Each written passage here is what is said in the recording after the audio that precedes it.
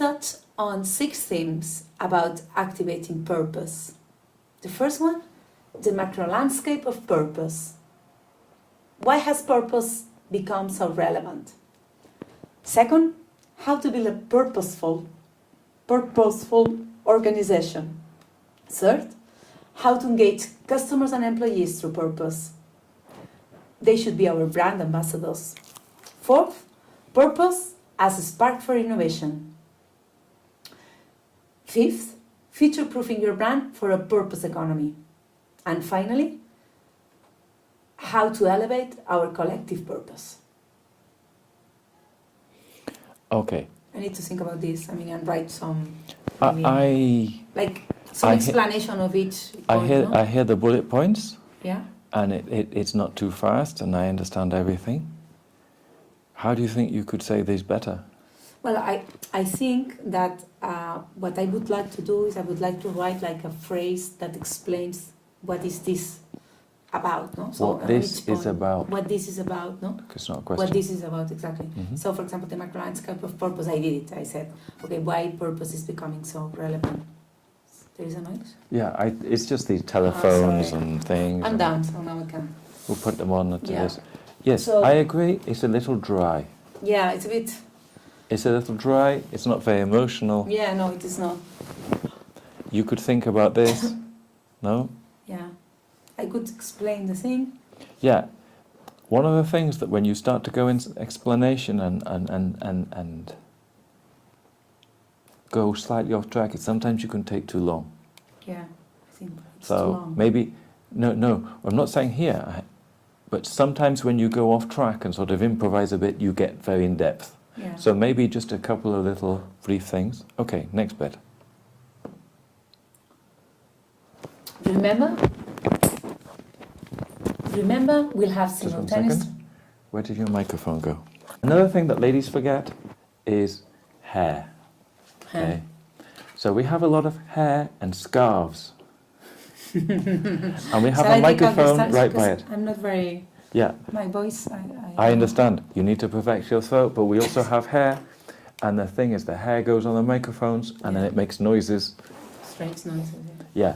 It's one of the things that women have to think about. Or the men with long hair. So one thing, Edward, what would you recommend for this long bit then? Yeah, I think just to help me think about something. Yeah, just a couple of little anecdotes or little examples or little explanation and that you have underneath each side heading. Maybe just one short line of explanation or something. Yeah. Okay. Next bit. Remember that simultaneous translation into Spanish is available. I think I should say here something like you can pick up your, how do you say this, headphones? Or Mm-hmm. You can pick up your headphones just outside the room. Yes. Also, just to remember that hashtag for today is hashtag SB17 You know what you could do? Madrid. You could make a joke about there. What is that? About the planes or something? You could make a joke about this. It just occurred to me. Okay. Because you're saying simultaneous translation into Spanish is available outside. Yeah. No? If you go and pick up your headphones. Yeah. But hang on, the people who need simultaneous translation Yeah. don't understand English.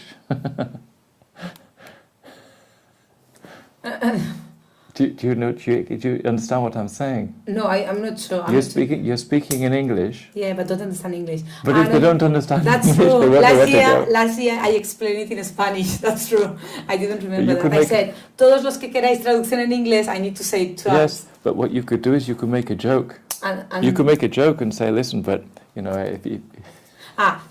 but the ones that the ones that need translation probably they didn't understand this. So acordaros que los que queráis, ¿no? Yes, why not? Why not a joke?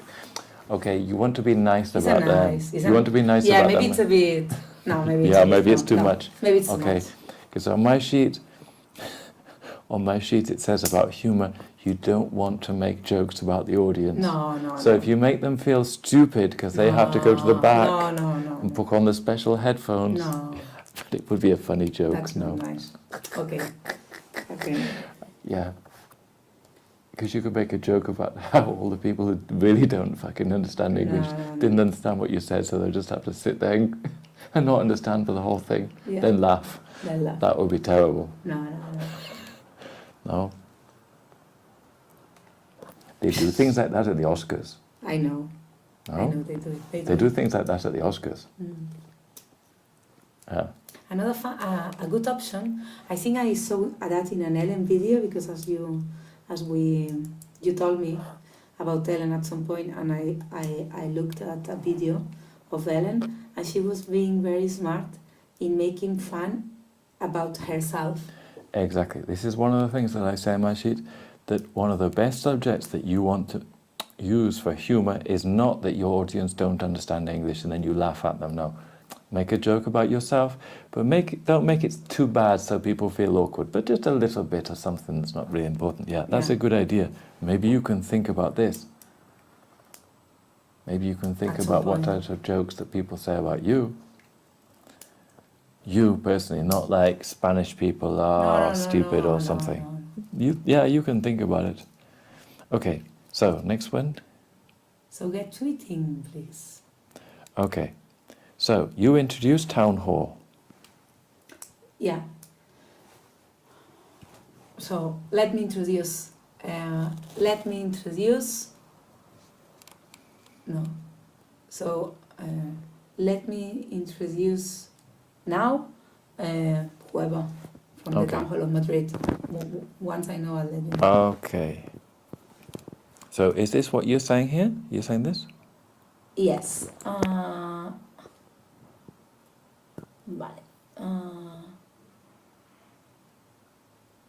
Vale. Okay. Another thing Yeah. that you do, in Spanish, it's very popular now to introduce English words every now and again. Yeah. No? To talk about feeling or something, and the rest of the words are Spanish. But what you do is you're saying a lot of Spanish additional words like ballet and things like this. That means your brain's still thinking in Spanish? No, but I don't do it when I speak in English. Huh? I don't... I do it with you because sometimes I speak, but I yeah, don't but do you it, need to just forget about that.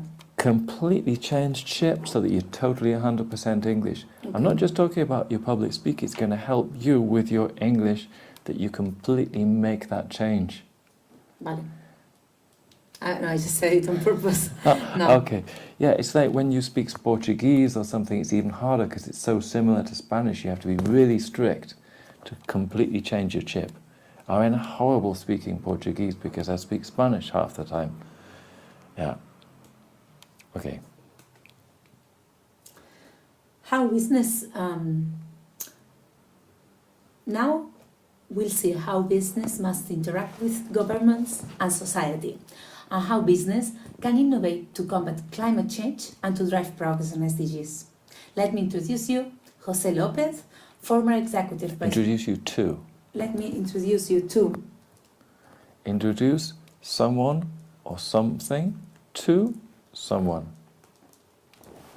Let me introduce you to José López, former executive vice president of operations of Nestlé, Teresa Rivera, director, Institute for Sustainable Development and International Relations. Both will be interviewed by Aris Bretos, global program director of the University of Cambridge Institute for Sustainability Leadership. I think that's fine. I've made a couple of jokes at the beginning. Now I'm serious. Yes. That's an important point that you just made, that you want to have variety. Yeah. So that you have bits which are a bit like a light and you have a little joke or humour, and then other bits that you just have to get through this. Yeah. No? This is your protocol. Yeah. You have to say this. No?